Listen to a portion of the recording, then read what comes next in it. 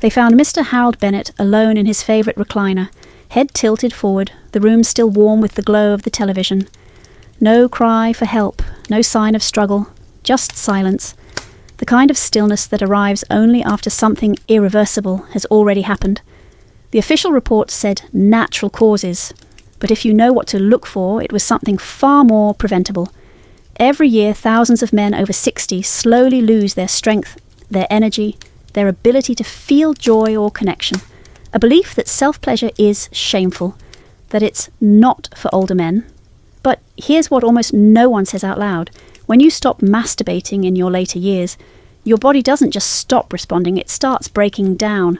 The prostate swells, testosterone levels plummet, confidence erodes, emotional well-being suffers, and by the time you notice something's wrong, the damage is often already deep.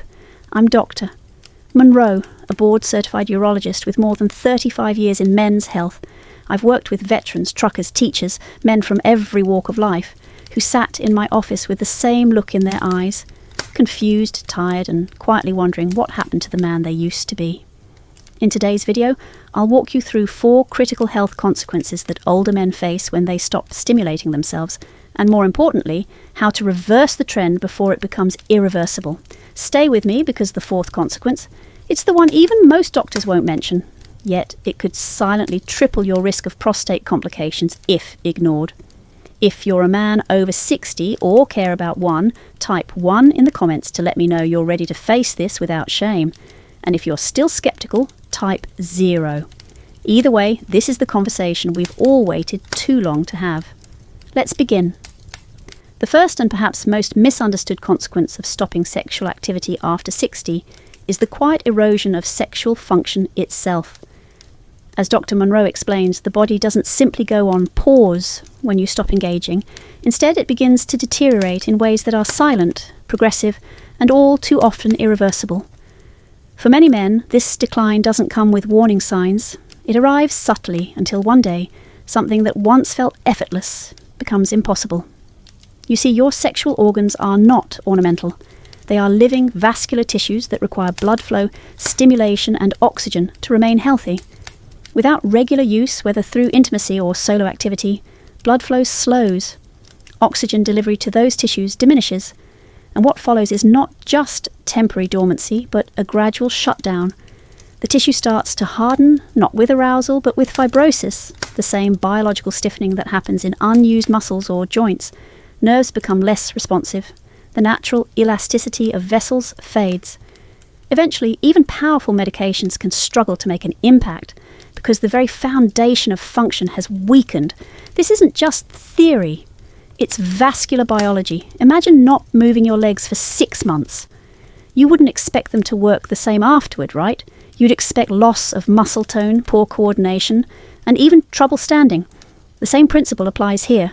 Just because it's not visible doesn't make it any less real. And sadly, many men don't realise how much they've lost until they try to get it back, and discover they can't. Take George, 71, a retired school principal. When he first came to Dr. Monroe, he was visibly shaken. "It just stopped," he said. One day, everything was fine. Next, nothing worked, not even a flicker. He hadn't had any intimacy in over a year, not because of a lack of desire, but because he thought it wasn't necessary anymore. "I figured I was past that stage of life," he said. "I didn't think stopping would do any harm."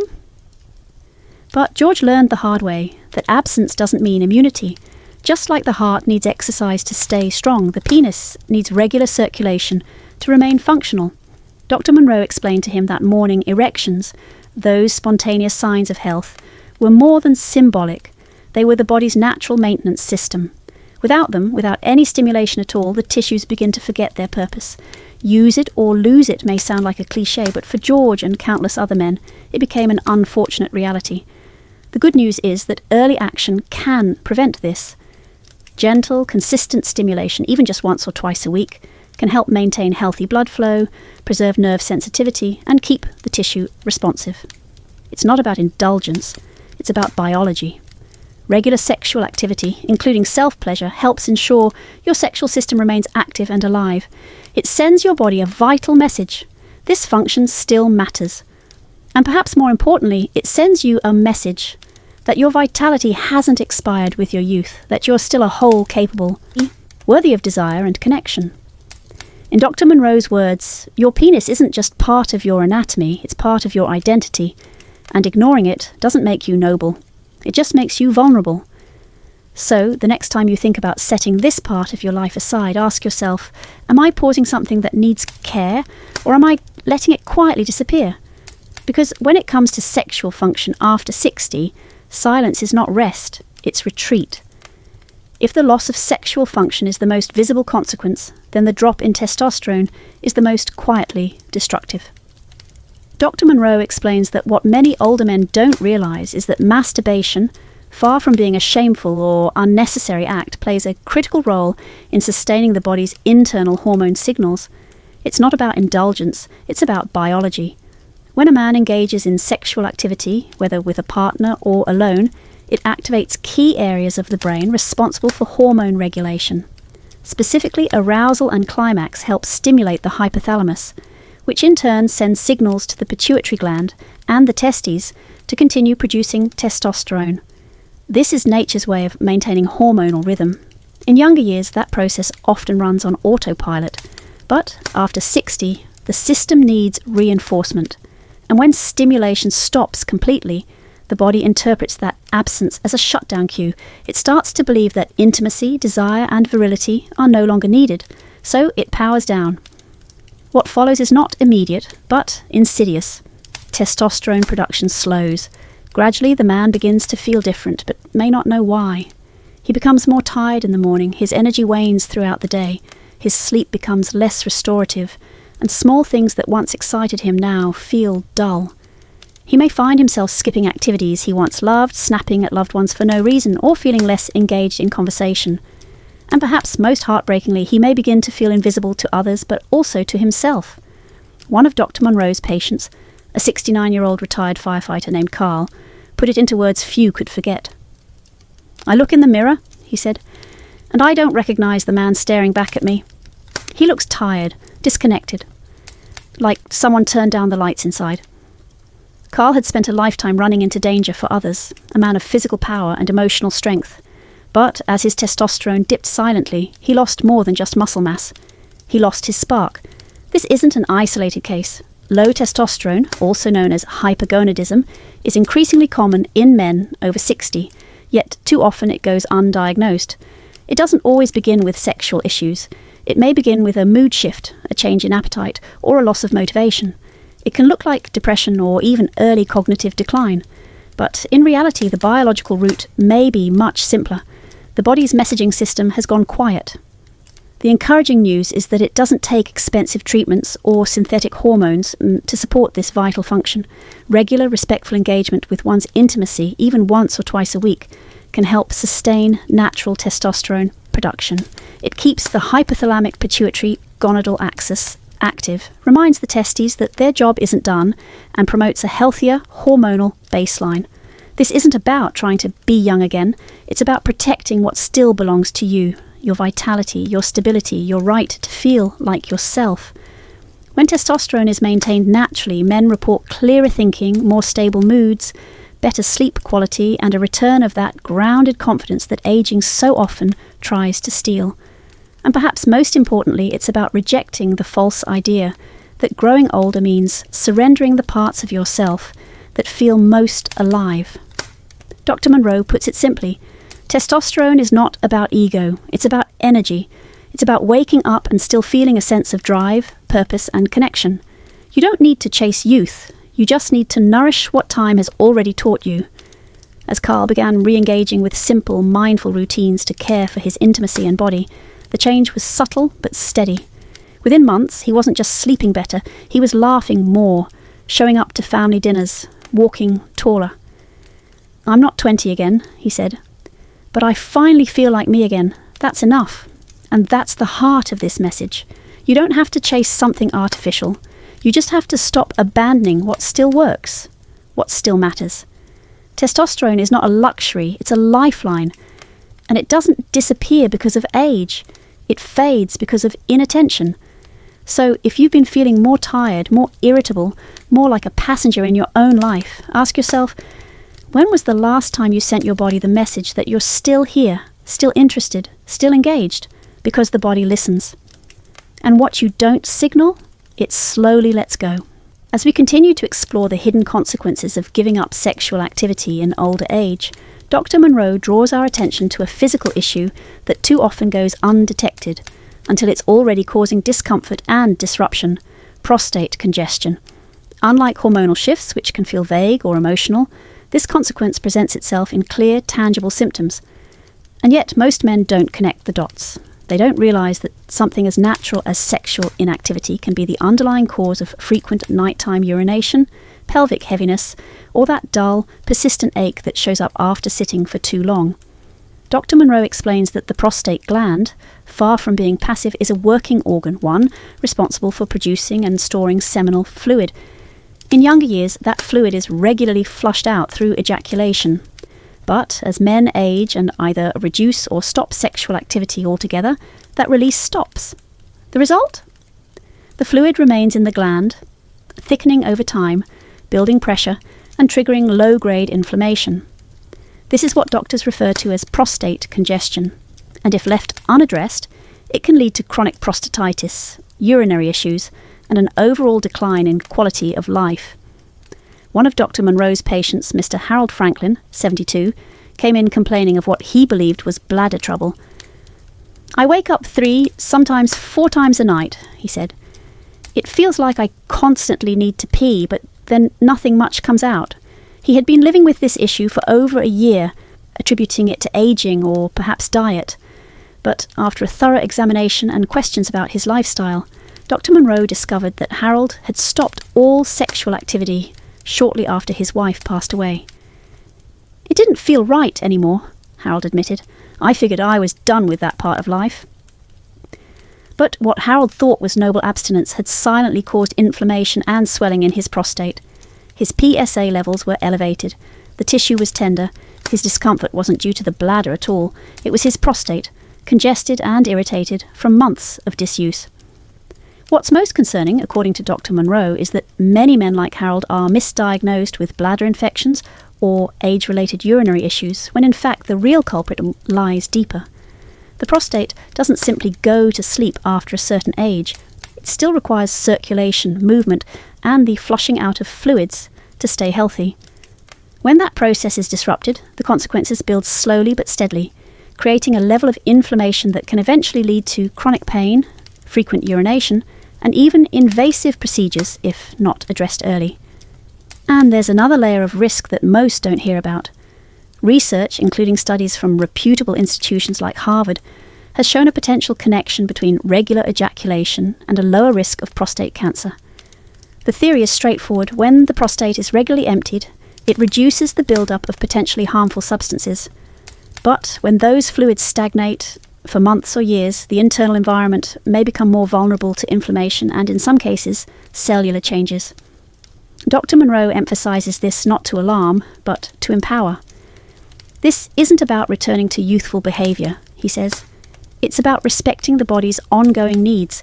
Even in older age, your organs haven't stopped needing care. They've simply stopped receiving it. The good news is, just like with muscle or hormone health, small, consistent changes can make a difference. Occasional sexual activity, either solo or with a partner, isn't just a lifestyle choice. It's a form of physiological maintenance. It keeps the prostate active, reduces the risk of congestion, and supports overall urogenital health. Harold, after receiving guidance and reassurance, began reintroducing this aspect of care into his routine. Within weeks, his nighttime trips to the bathroom decreased. His PSA levels began to stabilize. And perhaps most importantly, he said, "I started feeling like my body wasn't shutting down on me. I felt more in tune with myself again." This isn't a one-size-fits-all solution. Every man's experience is different. But one thing remains clear. Ignoring this aspect of male health doesn't make it go away. It may allow silent problems to grow. What society has labelled as unimportant or taboo may be one of the most crucial practices for preserving wellness and dignity in later life. So if you've dismissed intimacy or self-care as something in the past, it may be time to reframe that belief. Not for pleasure alone, but for your health, your sleep, your confidence, and your freedom. Because the body never stops needing attention, and sometimes what you think is behind you may still hold the power to protect what's ahead. As we move into the final and perhaps most profound consequence of giving up sexual activity in later life, Dr. Monroe turns our attention inward, toward the quiet erosion that doesn't begin in the body, but in the self. Unlike blood flow or hormone levels, this consequence doesn't show up on lab results or x-rays. You can't measure it, yet you feel it. Gradually, unmistakably, it begins with small things, a disinterest in morning routines, a decline in energy that can't be explained by sleep, a slow retreat from mirrors, from social interaction, from anything that once brought a sense of vitality or joy. And then, over time, something heavier sets in, a quiet question that lingers beneath the surface. Who am I now? Dr. Monroe calls this the emotional fallout of disconnection. This isn't about sex, he says softly. It's about existence. Because when older men abandon intimacy, not just with a partner, but with themselves, they slowly sever one of the final remaining lines of communication between body and soul. What follows is not just physical distance, but emotional drift. A man may still go through the motions of daily life, eating, walking, even smiling, but inside, something feels dimmed. His voice grows quieter. His confidence begins to fade. The sense of being a participant in life, not just an observer, starts to blur. He tells the story of Leonard, a retired train engineer, 74 years old. Leonard came into the clinic not because of pain, but because, in his own words, "I don't feel like I exist anymore." Dr. Monroe asked him to elaborate. Leonard leaned forward, looked him in the eye, and said, "I'm not sick, I'm not depressed, but it's like I've disappeared. I walk past the mirror and see a man I don't know. I used to feel alive. I used to feel warm. Now I just feel empty." That word, empty, comes up more often than you'd expect in Dr. Monroe's consultations. And it almost always traces back to one quiet change, the decision to stop any form of intimate touch. Not out of fear or illness, but because somewhere along the way they were told it was no longer appropriate, no longer needed. But here's the truth. When you stop nurturing connection, physical and emotional, you don't just lose function, you lose feedback. That internal affirmation that you are still here, still whole, still human. The loss of self isn't always dramatic. It doesn't always show up as tears or dramatic gestures. Sometimes it's as subtle as no longer reaching out to hold someone's hand. Sometimes it's going an entire year without laughing from the gut. Sometimes it's forgetting the last time you felt desirable, not to others but to yourself. This emotional drought has nothing to do with sex drives or libido. It has everything to do with identity. As Dr. Monroe says, pleasure, arousal, release, they're not luxuries. They're human anchors. They keep you tethered to your sense of self. What's more, the neurological impact of prolonged emotional and physical disconnect is backed by research. Regular physical touch, even solo, releases a powerful cocktail of chemicals, dopamine, oxytocin, endorphins, all of which are essential for maintaining mental balance, emotional resilience, and psychological clarity. Without these chemical messengers, the brain becomes more susceptible to depression, cognitive fog, and even memory loss. You may not notice it right away, but over time you feel it in your posture, in your stillness, in your isolation. Dr. Monroe recalls one of his oldest patients, Mr. Graham, 82. A widower for over a decade, Mr. Graham had quietly stopped all forms of intimacy, not because he didn't need it, but because he felt he no longer deserved it. When asked why, he simply said, "I thought that part of life was over." But when encouraged gently to reconnect with his body and allow himself small moments of presence and pleasure again, something shifted. His gait improved. His stories became more animated. And one day, he looked up from his chair and said, "It's strange. I feel like someone flipped the lights back on." This is the consequence that most breaks Dr. Monroe's heart, because it's so preventable. It doesn't require drugs, devices, or expensive interventions.